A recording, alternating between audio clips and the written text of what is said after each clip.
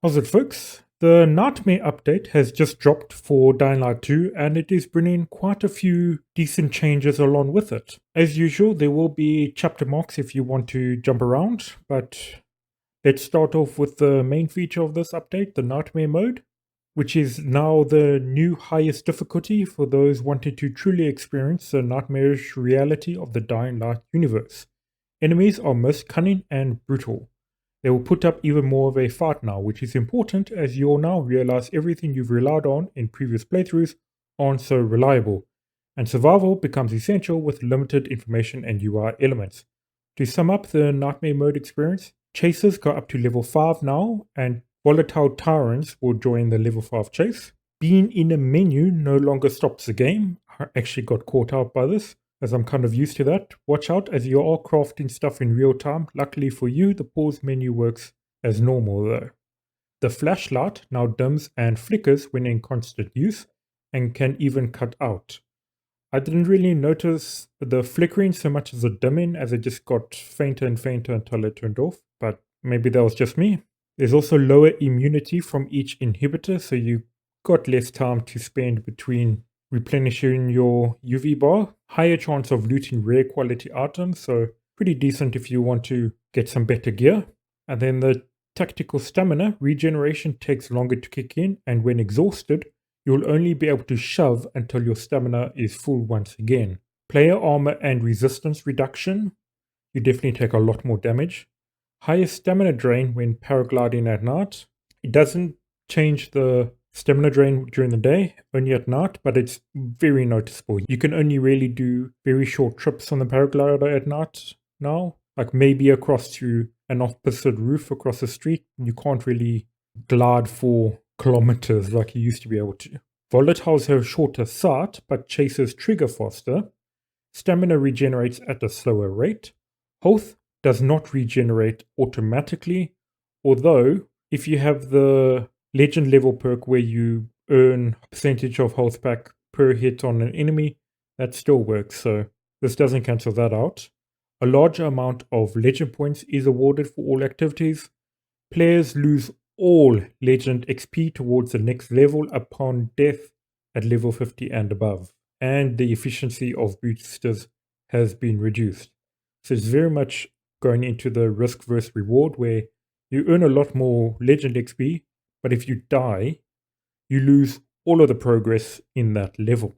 Moreover, if you manage to finish the game or New Game Plus on this difficulty, you will unlock the exclusive Waltz outfit. Please note, this reward requires you to complete the entirety of the main story Nightmare difficulty, and I can confirm that because I was most of the way through the main story when I started this patch. I basically just had to do the Veronica and then the Now or Never and then the X13 main missions, and after completing that, didn't get the Waltz outfit. So you have to start a new story or a new game plus with Nightmare difficulty enabled to get the Waltz outfit.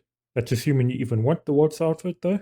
And then there's also a couple of changes made to nighttime, where it's split between specifically for Nightmare mode difficulty and more generally for the easy and normal difficulty as well. So the changes made in all difficulties, they've lowered the number of volatiles, mostly on the rooftops. I know a lot of people were asking about that. Volatiles are also receiving these nerfs now. Their vision arc is decreased from 100 degrees to 90 degrees, so they've got a narrower cone. And the recognition time changed for 1 to 6 seconds. They've lowered the number of spitters in the night population. They've reduced the range of hearing players' footsteps for barters, reduced visibility of flashlight for barters by 50%, and reduced vision range of spitters and suiciders. And then changes only made for the easy and normal difficulties. They've increased the recognition time for volatiles by 2 seconds if play is very close to a volatile, up to 7 seconds if play is 20 meters from a volatile. Removal of volatiles from chase level 1, so no more volatiles at the start of the chase, and no additional volatile spawn during chase level 1. And then on the side of community maps, you can now play them in co-op with your buddies. And then there's a couple of new features for those who want to create maps. They've added a pixelated visual filter, additional prefabs in the editor, more gameplay scripts to be overridden, colorful rubber skins for meshes, and bloody tires assets. And they also add in lower gravity functionality. Moving on to something that I'm really glad they've introduced, and that is the gear loadout system. If you go to your inventory, on the far right of the inventory, you'll have 1, 2, 3, 4 in Roman numerals, and you can basically create different bows for different situations and swap between them depending on what you want whenever you feel like playing as a one-handed fighter or two-handed or bring out ranged, or you just want to have a lot of parkour reduction to run around the map. Very easy to swap between the different gear loadouts now, so that's quite a nice plus. And then they've also made a couple of improvements to the cutscenes by updating over 70 scenes and dialogues to improve the overall quality of the cinematics. There's a lot of changes in terms of improved lighting, smoother or more advanced animation, special effects, and many other qualitative changes that should be visually noticeable to the player. One thing I noticed almost straight away is instead of getting punched in the face, Aiden kind of grapples with Hakon a bit when you confront him. I'll still need to check if they've changed that with other cutscenes where Aiden keeps getting punched in the face, but I haven't gotten around to doing that just yet, as this update is very new. So what specifically changed? Character animation improvements, refinement of camera animations, improved dialogue lighting, FX upgrade, improved transition from dialogue to combat, which is basically what I just mentioned, numerous qualitative improvements to dialogue, and interaction with some NPCs will be more immersive. They've also redone how the power shot skill works for the bow. Now when you charge a power shot, your reticule will begin to shrink and release it at the right moment to fire a perfect shot for extra damage. So they basically add in a bit more of a skill ceiling if your preferred playstyle is with bow and arrow, which is nice. They've added a new stamina management mode, which is an intrinsic part of Nightmare mode, but you can also turn this on without going into the Nightmare difficulty. This makes the stamina regeneration take longer to kick in, and when exhausted, you'll only be able to shove until the bar is full again. And you can't switch it off if you're playing on Nightmare difficulty. They have also redesigned the main menu, and now you can scale how the player FOV takes place under the menu option, where it scales between 0% and 100%, where if it's set to 100%, the player character appears the same regardless of the FOV value, and when set to 0, the player character scales accordingly to the FOV. They've also just added a customization option for the grappling hook. If you head on over to the Pilgrim's Outpost, you can get a new skin for the grappling hook, which basically changes the rope to a more grey-brown dull color compared to its very bright green color that it used to be. And then more specifically with the actual game updates, starting off with co-op, fixed the issue disabling joining multiplayer via quick join, fixed the issue in the fairy tale endings quest causing the generator to turn off and when attacked by multiple batters, resulting in failing the mission. Fixed the issue where blunt attacks to the head counted towards a off with their head survivor mission bounty. Improved accuracy of online status information in the friend section of the online menu. Player icons on HUD can now differentiate with different colors and are properly hidden if the immersive HUD option is selected, and are now visible while using the extended HUD option. Fixed and tweaked several TPP animations. Fixed the issue with the boss raid bounty only progressing for the player who last hit the boss when in full party in any elite survivor mission. Fixed the animation for wall run kick in TPP. Fixed the animation of swinging the weapon while the camera is pointed towards the ground. Fixed the missing swing animation upon attacking with the grubby bat. And then moving on to gameplay. Fixed virals being able to successfully perform jump attacks by turning in mid-air towards the player, even if they are dodged. Additionally, the frequency of viral jump attacks has been lowered. Definitely been waiting for this change for quite a long time. It's been an annoyance since the beginning of the game. It's nice to see that.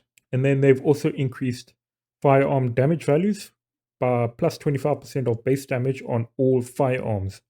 The sniper skill, or the legend level for the firearms, will now give plus 2 damage per each point instead of plus 1%.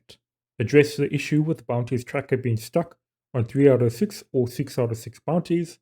Fix the renegades not spawning properly during the A Place to Call Home main quest, blocking further progress. Fixed the blocked by a car transition to the central loop. fix the camera while unlocking a windmill cutscene, fix the game still running underneath the credits after the alternate ending from the new story path, fix the adaptive triggers sometimes not working unless a weapon with adaptive triggers was held just before, fix the issue causing kills with explosive knives counting towards the improvised weapons bounty progression, fix the Alpha Demolisher not having damage resistance to headshots, fix the issue with the drive-by bounty completing by hitting infected instead of killing them, added combat and parkour XP to the firearms quest rewards, fix the issue sometimes blocking the player from climbing the lampposts, fix the missing VFX fire for Molotovs when thrown from higher places in a certain location, fixed the prolonged black screen sometimes happening at the end of the Now or Never quest, fixed an issue where animations sometimes did not blend correctly after performing a vault jump with crossbow equipped, fixed the issue with Lawan sometimes changing her position right after the dialogue in the Place to Call Home quest, fixed the issue where the Banshee's jump attack cannot be dodged in the prologue, fixed the issue where the perfect dodge sometimes didn't work during fights with demolishers causing players to get stunned, fixed the despawning NPC after finishing the Black Widow quest. And then on the technical side of things, fixed several rendering issues present on the ground, concrete and lights in the prologue, fixed the error that sometimes failed to load the audio voiceover metadata file after launching the game in the bazaar, fixed the bug causing internal memory running out after a few minutes of gameplay, fixed the improper rendering encountered during priceless Elite Survivor missions, fixed the graphical corruption occurring when survival HUD icons aligned, fixed the graphical glitches that sometimes showed after changing video quality and the upscaler, fixed the textures that sometimes improperly rendered in a specific room of Central Loop, fixed the mural collective clipping through the roof of a kiosk in Central Loop, fixed the projectiles trail sometimes being improperly displayed, fixed the game sometimes crashing on the loading screen when starting New Game Plus, fixed an issue that sometimes did not play death screens on enemies' deaths, fixed the inconsistent LOD 0 LOD 1 materials in RO2 Overpass, fixed an issue blocking the selection of any SFX in audio prefabs in the DevTools editor. And then lastly, under the UR, redesigned the audio output menu to make it more clear, fixed the text on Bacon Cipher going outside the UR frames, added the buy max feature, allowing players to buy all the available items without choosing the amount, corrected typo in the split the marrow bounty description, fixed the issue sometimes incorrectly showing negative values of previous statistics during the survivor mission's ending screen, fixed an issue sometimes incorrectly showing a death screen when dying by leaving the mission's area and due to lack of immunity. And that's pretty much it for the Nightmare Mode update. Let me know how you guys find it after you've had a bit of time to mess around with it. Otherwise, I hope you all have a fantastic day. Take care, and cheers for now.